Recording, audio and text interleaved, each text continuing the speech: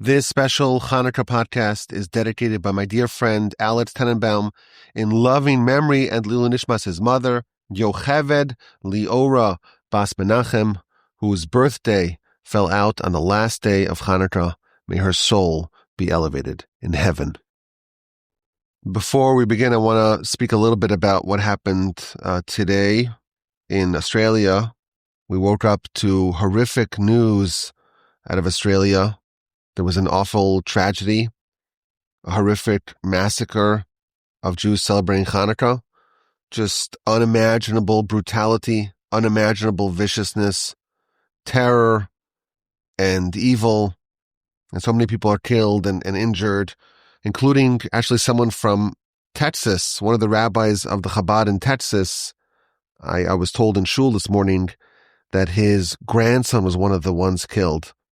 It's just absolutely tragic and sad and maddening. And the only thing that we can say is what we say in the prayers, where we ask God to avenge before our very eyes the blood of your servants that was spilled, and to hopefully do goodness, two prayers that we say, do goodness upon us in the merit of those butchered upon your oneness. These are people who died martyrs. They died because they're Jewish and because they're celebrating Chanukah in Australia. And the Rambam tells us that those people who were killed because they're Jewish, they were targeted only for that. They're the highest souls. Their souls go straight up to heaven. And those souls we have in our prayers. We could say, we tell God, help us, save all of us in the merit of those precious and elevated souls. So we have no words to talk about this. It's just awful. There's absolute horror. And we hope that the Almighty sees our suffering and brings salvation to all of us. Tonight, we celebrate the Festival of Chanukah. And we know the story. The Greeks, they dominate the world, and they conquer much of the world, and they conquer not just the land, but they try to conquer the heart. They try to spread not only Greek sovereignty, but also Greek culture. And there's a lot of beauty in the Greek culture, a lot of art and language and gymnasiums and philosophy. And when they conquered the land, they spread their value system to the conquered people. And this was directly at odds, of course, with our nation and what we stand for. To us, there's only one true reality, and that's God. And God's always at the center of our focus, always the epicenter of our life. And the Greeks, they were the darkness that crowded out God, that ignored God. And for 180 years, our people were under the thumb of the Greeks in one way or another. And many Jews, of course, unfortunately, became Hellenists, who were Jews but had absorbed and adopted the ways of the Greeks. So there's a long history, of course. You have Alexander, he conquers Judea, but then his empire splinters, and the Jews are underneath various children, so to speak, of the original Greek Empire, and they integrate a lot in Judea. They build Greek cities all over the land to spread Greek philosophy, and eventually things get so bad when the Greek Empire, Antiochus, he takes a very brutal assault upon Judaism. He tells the Jews, you want to study Torah? That is a capital crime. You want to observe the Shabbos? It's a capital crime. You want to circumcise your children? It's a capital crime. They're trying to deliberately attack the Jewish way of life and to install Hellenism. And they actually go into the temple. They begin to violate the temple. And they would snatch brides from their weddings and violate them. And they installed a pagan deity in the temple. This reached the point where it was intolerable. And we know the story. There was a revolt. The Maccabees, Matisyahu, and his children, and they fight back. And it's a long story. And it took a long time, but they won. They managed to liberate Jerusalem, liberate the temple, liberate Judea, recapture the land, send the Greeks packing. And we know that at the end of the story, the Greeks who had defiled the temple and defiled all of its sacraments, they left no oil that was pure. And the Jews came and they reestablished and rededicated the temple, but there was no oil. And they found only one flask of oil that would last for only one night.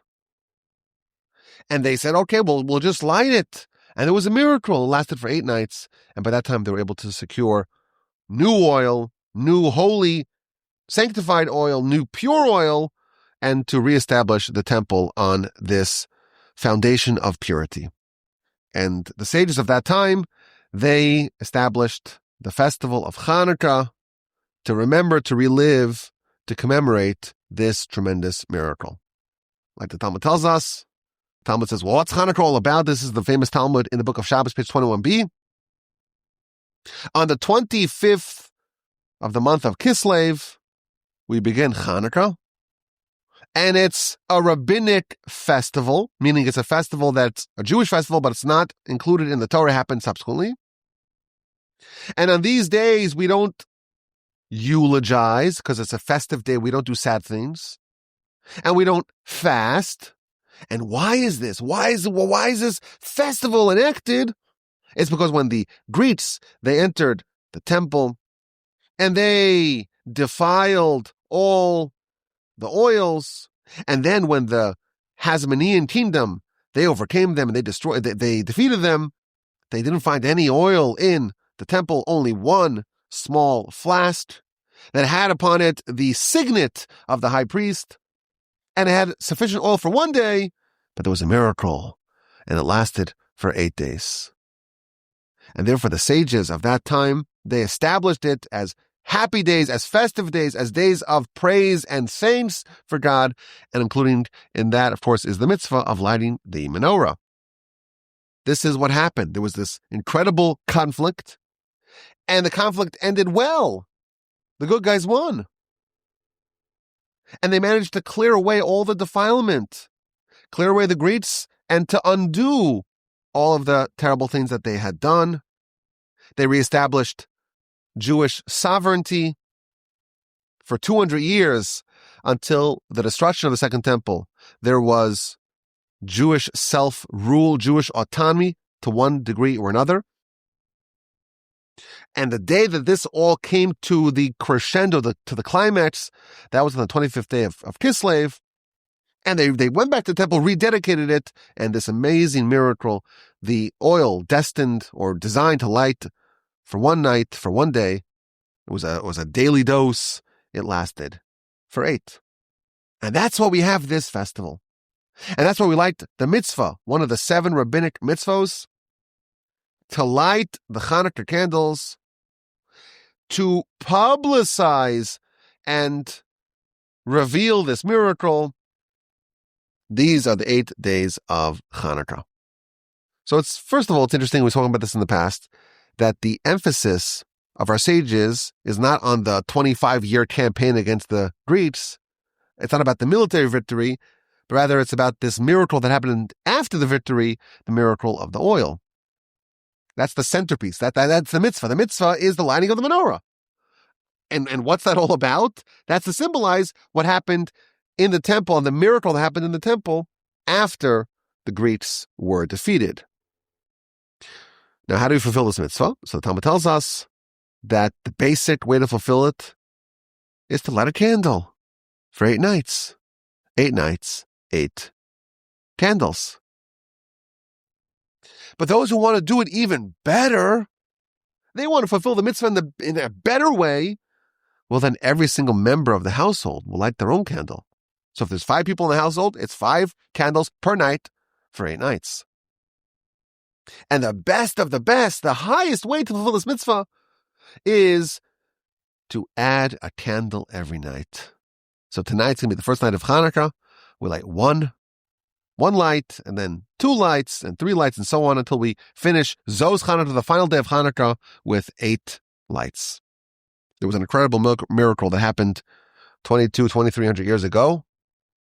And we relive it.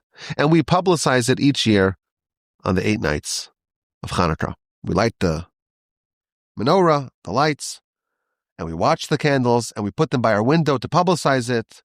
And we keep it there until there's no more passerby in the street. This is the mitzvah of these days, of this festival. Now, the laws are actually very stringent. There's a very famous comment in the Rambam where he says the mitzvah of lighting the candles, the menorah of Chanukah, it's a very cherished mitzvah. And a person has to be very careful to fastidiously and meticulously fulfill this mitzvah. Why? Because you're publicizing the miracle. And it's important to praise God and to thank God for all the miracles that He did for us. And listen to this. Listen to this law. If someone doesn't have food to eat, they're so poor, they're so destitute, they have to go beg for food. All they have is one shirt on their back. They are required by the law to sell their shirt to acquire the oil, the candles, the menorah to publicize this miracle. This is a rarity, that the requirement to fulfill the mitzvah is so stringent. If you're so destitute, you still have to fulfill the mitzvah. And even if that means they have to sell your one garment. So, of course, if we want to go a bit deeper into this festival, we have to focus on what our sages pointed us to do. A lot of people, they look at Chanukah, it's more like a holistic celebration. Let's eat fried foods or donuts, latkes. I happen to not like when people try to kind of mimic what the Christians do. I've seen this a few times. Oh, they have their Christmas lights. Okay, well, we'll have our Hanukkah lights. And they have their ugly sweaters. We'll do the Hanukkah ugly sweaters. They have Santa. We have, it's Happy Hanukkah on one side and the celebration of their festival on the other side. We have our menorah. They have their Santa. We have our dreidel. And they have, whatever else they have. We don't need to copy them. Our mitzvah is so much richer. Our history is so much richer. And there's something so profound that's happening over here. The sages are telling us that the way we fulfill this mitzvah, the way we tap into the power of what's happening over here, it's by lighting the menorah. We have to understand what that means. What's the actual heart of the matter?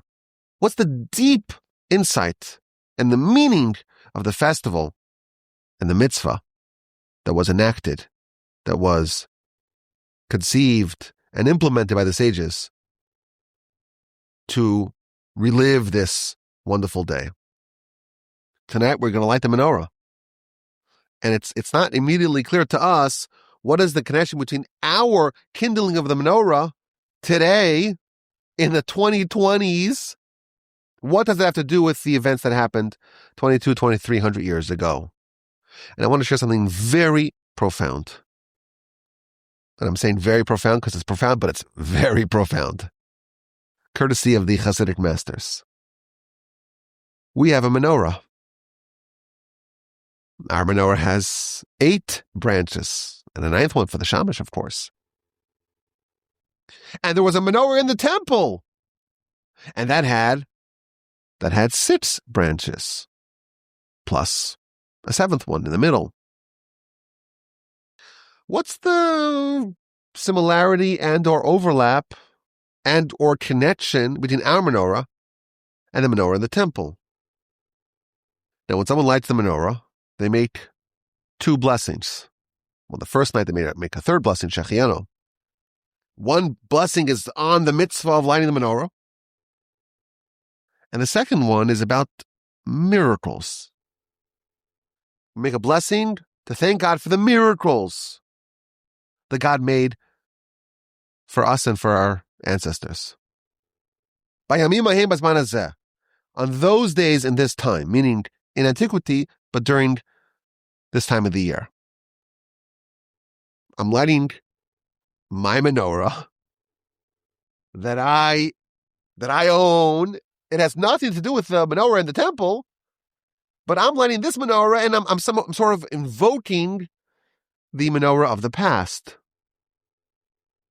We look at it, well, there's some sort of memorial, a remembrance of the miracle of the menorah of the temple. But we're assigning, so to speak, the miracle when we light the menorah. It's also interesting, there's some laws that are a bit counterintuitive. We are forbidden from benefiting from the light of our menorah. That's actually why you light the additional, the ninth light, the shamish. Why? Because in case you actually benefit from the light, you'll attribute the benefit from that additional candle. There's a special liturgical prayer that we say after we light the menorah. And what we say is that these candles, these lamps, these lights that we're lighting, it's upon the miracles and the salvations and the wonders and the wars that you, oh God, you did for our forefathers. Bayamim ahem bazman hazeh. In those days, but in this time. And then we add, V'chol shmona simei Chanukah elu, and for the duration of these 8 days of Chanukah, these lights that I'm lighting are holy, are sanctified. The lights that I'm lighting are holy, and we have no permission to benefit from it. It's sanctified lights, and we have no permission to benefit from it. We can look at it, but we cannot benefit from it. Why is there holiness, sanctification in these candles in the menorah? So again, I want to caution, it's a very profound idea, and it's very surprising what I'm going to tell you. What are we trying to do with the kindling of the menorah? Let's go back to the original miracle. The priests, the Hasmoneans, the Maccabees, they come to the temple. And the temple's been defiled. It's a sacrilege. And they clear away all the defilement. And they want to light the menorah. But alas, we don't have what we need for the menorah. We don't have any oil. But there was a miracle. Even without oil, the menorah was still lit. The essence of the miracle is that when you were missing things that you need for the menorah is still lit. That's the miracle. That the menorah for 8 days can be kindled, can be lit, even if you don't have the requisite hardware or paraphernalia. You don't have oil. You need oil to light. The miracle is that even without the requisite hardware and paraphernalia, for these 8 nights, the menorah can be kindled. So what's the miracle? The miracle of Chanukah was that even when you are lacking what you typically need to kindle the menorah, it could still be lit. That's the miracle of these 8 days. Say the Hasidic masters. Today, in the 2020s, more than 2,000 years after those events, we don't have what we need to light the menorah. What do we need? We need to be in the Holy Land, and we need to be on Temple Mount. We have to have a temple. We have to have a high priest. We have to have a menorah. We have to have oil. There's so many things that we're missing. We cannot kindle the menorah. But there's a miracle that's active for 8 days. The miracle is that even when you are lacking what you need to light the temple's menorah, to kindle the menorah in the temple, even when you're missing what you need, you could still do it. When someone is lighting the Chanukah menorah, say the Hasidic masters, they are in effect finding some way to light, to kindle the actual menorah in the temple. But wait, we don't have what we need. We don't have the oil. We don't have the menorah. We don't have the high priest. We don't have the temple. Well, the miracle is that when you don't have what you need, you could still light it. So what our sages did is they captured the power of that miracle and perpetuated forward with this mitzvah. Again, it's an astounding insight, very profound. There's a still active miracle that's present 8 days of the year. And that's kindling the menorah in the temple, even though you don't have what it takes, even though you're missing some of the requirements to do so. You don't have enough oil, or you don't have a menorah, or you don't have a temple, or you don't have a high priest, or you don't even live in the land. With the mitzvah of kindling our menorah, we're able to effectuate, to evoke the light of the menorah in the temple. The temple and its vessels, our sages tell us, they didn't go extinct. Where's the menorah today? Where's the art today? We don't know. But we do know is that it's still intact. It's hidden away. There's almost like the temple is still active. It's just not visible. It's not available. So we can't use them because we don't have them. We don't have all the necessary criteria to have them. But what if there's 8 days where the menorah can be kindled via a miracle? Well then, if that miracle is still active today, then those candles can still be lit today using that miracle, piggybacking on that miracle. We said that the lights are holy. They're sanctified. We cannot benefit from it. Well, I'm lighting in Houston, Texas. Why is there holiness in my candles? Again, this is what the Hasidic masters are telling us. Those lights are not just random lights that I'm doing to remember some long forgotten event or long extinct event. There's holiness in our menorah that is on some level equivalent to the actual kindling of the menorah in the temple, and therefore, of course, it's sanctified. And of course, you cannot benefit from it in any mundane fashion.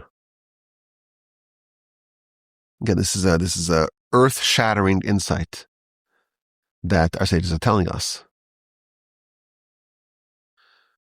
If you think about it, it answers another fundamental question that we have to ask. Yeah, there was a miracle. We had enough oil for 1 day, lasted for 8. That's a miracle. Wow, amazing. How many miracles happened in the temple? So we have a Mishnah. The Mishnah, Pirkei Avos, chapter 5, tells us that there were 10 miracles that were ever present in the temple. And it lists them. Miracle number 1. Even though there was sacrificial meat being barbecued at all times, and there were millions and millions and millions of people that were passing by through the temple over the course of its years of activity. And when you pass the barbecue, you get such a craving. The smell of the roasting meat, amazing. Miracle number 1, says the Mishnah, there was never a pregnant woman who had a craving for the barbecue of the temple meat, of the sacrificial meat being roasted. No pregnant woman ever had a miscarriage due to that aroma. That's the first miracle. Second miracle. No sacrificial meat ever spoiled, ever, over the course of centuries. With no refrigeration, it never spoiled. And there was never, miracle number 3, there was never a single fly in the butchery. Of course, after the meat was slaughtered, so many different types of sacrifices, of course, but the meat had to be butchered. So you would imagine it would be swarming with bugs. Never a single fly. And the high priest never had a seminal emission that would invalidate him for doing service on Yom Kippur. And even though the temple was outdoors, the rain water never extinguished the fire atop the altar. And the pillar of smoke was never swayed away by a wind. And there was never a disqualification in the Omer, in the Shtei Alechem, in the Lechem Apanim, 3 offerings. And even though when the entire nation would enter the temple grounds, everyone would be packed together like sardines, when they would bow before God, there was plenty of room for everyone. And when the temple was active, there was never a single instance of a snake or a scorpion injuring someone in Jerusalem. And there was never a time, no matter how many people came to Jerusalem, there was never a time that there was not room for one more person. You can always just put down a cot, and there's always room for someone else. Okay, this is a list of 10 miracles that were ever present in the temple. What it's telling us is that miracles were ubiquitous in the temple. Even the menorah itself, the Western lamp never got extinguished, ever. For hundreds of years, it was never extinguished. It was a miracle. So there's lots and lots and lots of miracles in the temple. So why are we pointing out, there is one miracle that we have to really relive? 8 days. For thousands of years, we have to remember that one miracle in particular. Now we know why. It's special. It's different. There were miracles in the temple. You have a temple, and you have all the necessary requirements of the temple, and then there's miracles. There's one miracle that's different. It's a miracle without a temple, without the oil, without the necessary components of the temple operating as it must. The miracle is that when you don't have what's needed for the temple, nevertheless, you have the light. Today, we don't have a temple. We don't have a high priest. We don't have the holy menorah in Jerusalem. We don't have the oil. We don't have anything. But we have this one miracle that's still active for 8 days. And that miracle says when you don't have what you need, you can still kindle the menorah. Basic components are missing.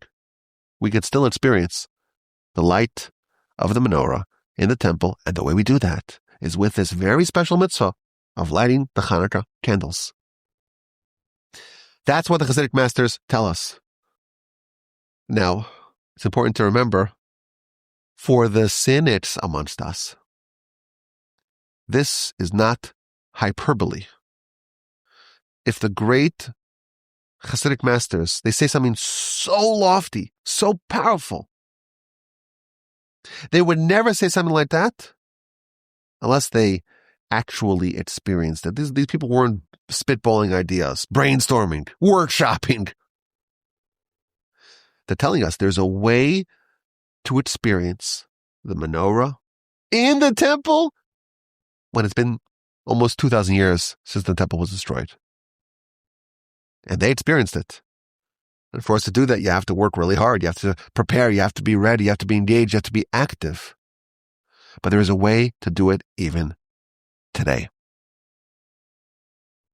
This amazing insight completely, radically reshapes, reframes, recasts the festival, recasts the mitzvah of the festival.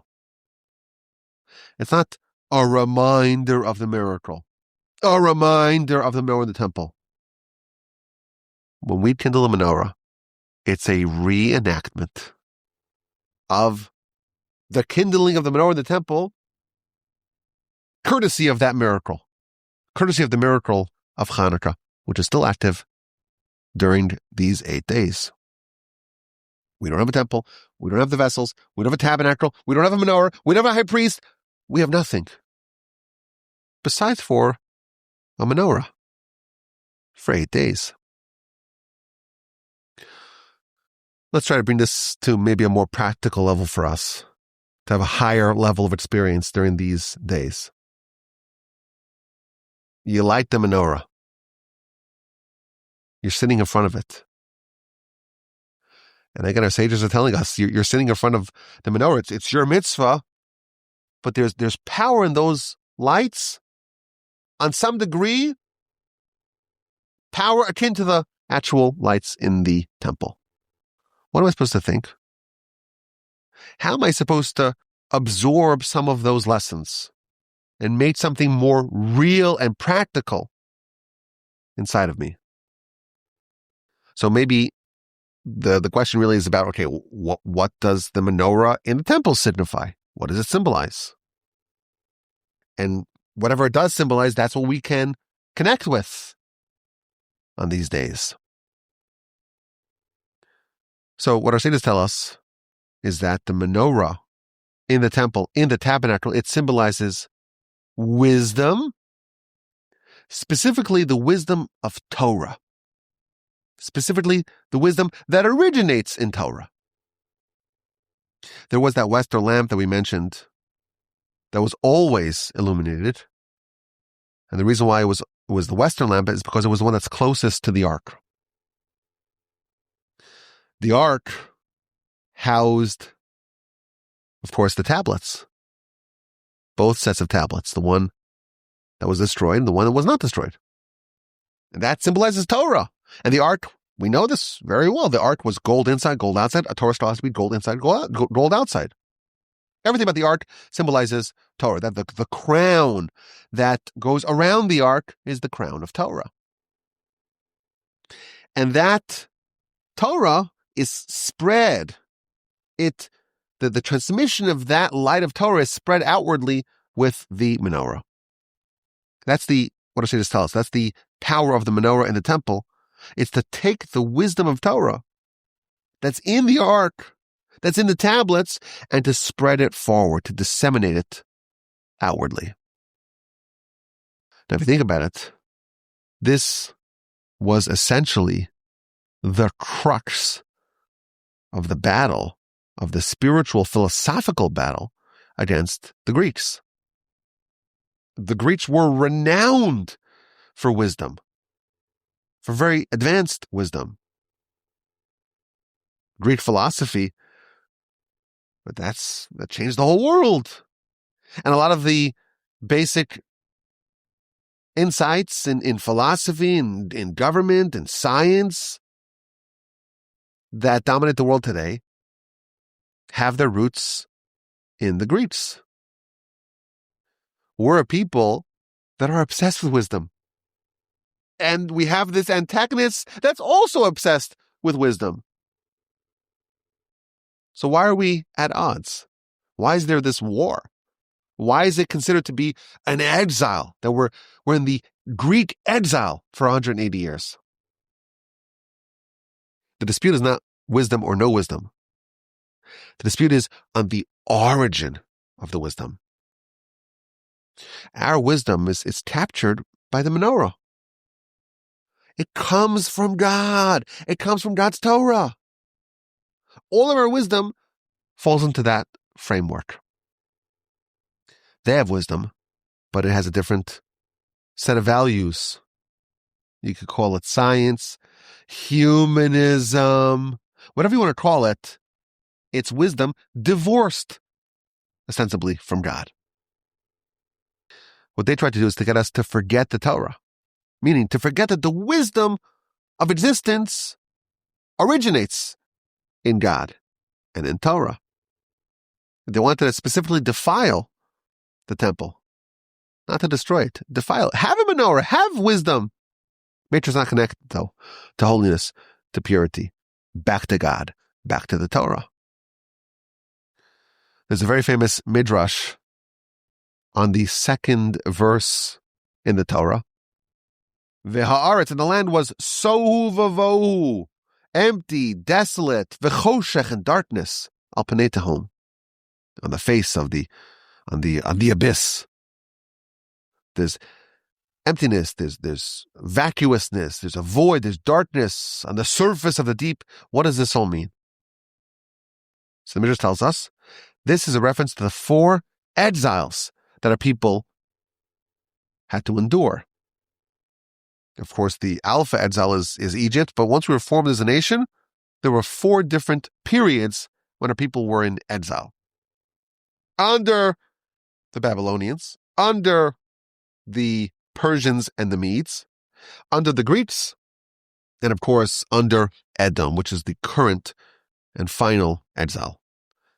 Says the Midrash, these 4 words, tohu, vavo, v'choshech, al pnei tehom, which is like emptiness and desolateness and darkness on the face of the deep, on the surface of the deep, they correspond to the 4 different exiles.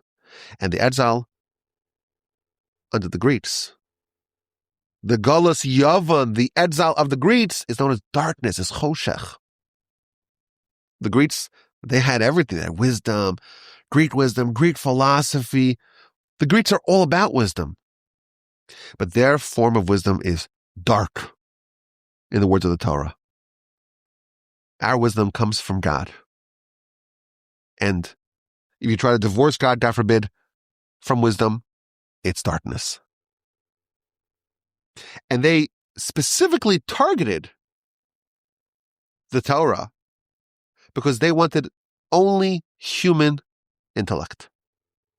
And they rebelled against the existence of divine, of godly intellect. And that's what they targeted, the wisdom of Torah. It's important to note that we don't reject Greek wisdom. It's a little well-known fact that the Torah can be written in 2 languages, in Hebrew, of course, and in Greek. There's beauty of Yefes, of Japheth. And that beauty we don't reject.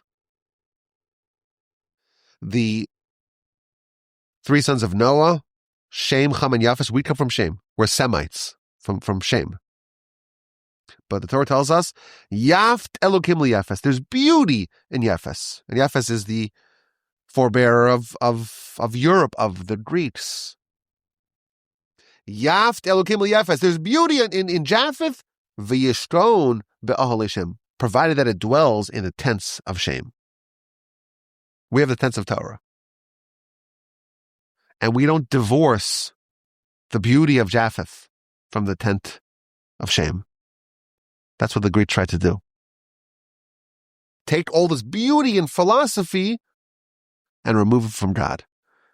They want that menorah, yes, but a menorah untethered, unconnected to the Holy of Holies, unconnected to the tablets, unconnected to the ark, unconnected from the Creator. That was the battle. Our wisdom versus their wisdom. Our menorah, the sanctified, pure menorah of the temple, versus some sort of light, some sort of wisdom, illumination that's unsanctified, that's removed from God, and in our definition, that is darkness. So maybe this is one idea, one element of the festival. We're sitting in front of the menorah. Which menorah is it? If we work really hard, we can maybe discover that the lights is actually the lights of the menorah in the temple, because that's the power of the miracle. The power of the miracle is when you don't have what you need, you could still evoke those sanctified lights. Those lights are holy. And the menorah reminds us that we're trying to absorb light and wisdom that originates in the Holy of Holies, in the Ark. And we're trying to remember that all wisdom, all insight comes from God and from His Torah. There is nothing in the world that is disconnected, divorced, separated, severed from God. Nothing can have any existence.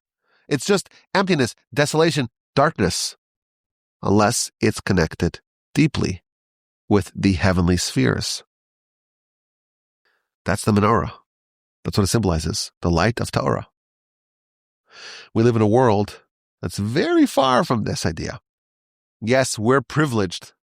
We're privileged that we have a connection. We have a desire to learn the Almighty's Holy Torah. We're the absolute minority.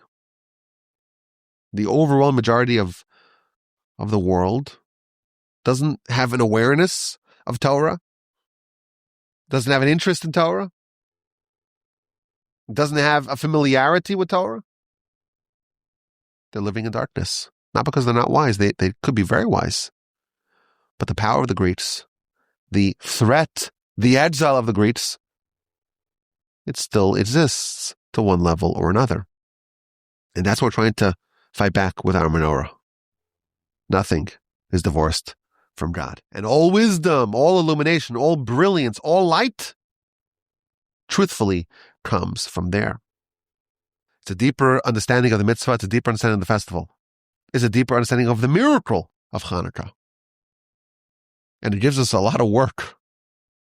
How do you actually feel it? I've lit the Chanukah menorah many times, and I never felt I'm looking at the menorah of the temple. I never felt that. This is what our sages are telling us. This maybe is why you have to really work hard. This is not a mitzvah that you just experience without investment. How can we actually feel it?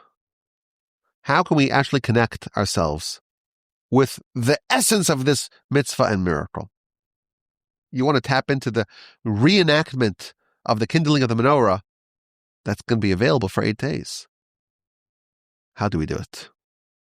So maybe this is something that, maybe there's multiple ways to do it. But the Hasidic masters offer one way to do it. What is a miracle? A miracle is a transcendence of the mundane. There's like this regular strata of existence where there's cause and effect and there's the laws of physics. And there's something else that's way above that. That's supernatural. That transcends the regular. To the degree that a person is embedded in the physical, the material, the natural, the mundane, they will be incapable of experiencing the miraculous, the supernatural, the transcendental. You want to feel a little bit about the origin of the menorah, the temple? We're trying to transcend the natural. That's what a mitzvah really is. A mitzvah is to connect a person with that it's above the ordinary. That's what a mitzvah is. You do a mitzvah, the mitzvah of the menorah. Try to remove yourself to some degree from this ordinary realm of existence and connect yourself with something that is above this realm of existence. And maybe, just maybe, we'll be able to sense a little bit about what's really, really happening behind the scenes. We have 8 days. We have extra prayers. We say the Hallel, words of praise and thanks to God. We're not going to subsist with a low-level fulfillment of this festival. Let me really, really get my macros in. Lots and lots of fried food. Nothing wrong with those customs. But the essence of these days, to praise God, to thank God. Why? Because that's really where existence is at. And I want to kind of remove myself from this view of the world of cause and effect and all the natural consequences of things. And I want to connect myself with the supernatural. If I do that, and I do it with the mitzvah, who knows? Maybe, just maybe, we'll be able to sense ourselves that when we're kindling the menorah, what's actually happening here is the miracle of Chanukah is being activated. And the miracle that tells us that when you don't have what it takes to kindle the menorah, nevertheless, for 8 days, you can kindle the menorah of the temple. We should all be fortunate to sense that, to perceive that, and to have a transformative and happy Chanukah. I appreciate you listening to this. It's, like I said, it's very profound, but that's what we do here. This is the Torch Center. Torch Center, we're trying to be the bearers of that light. Maybe we'll have the experience to actually sense it ourselves. If you do, and you have that experience, let me know about it. Send me an email, rabbiwolbe@gmail.com.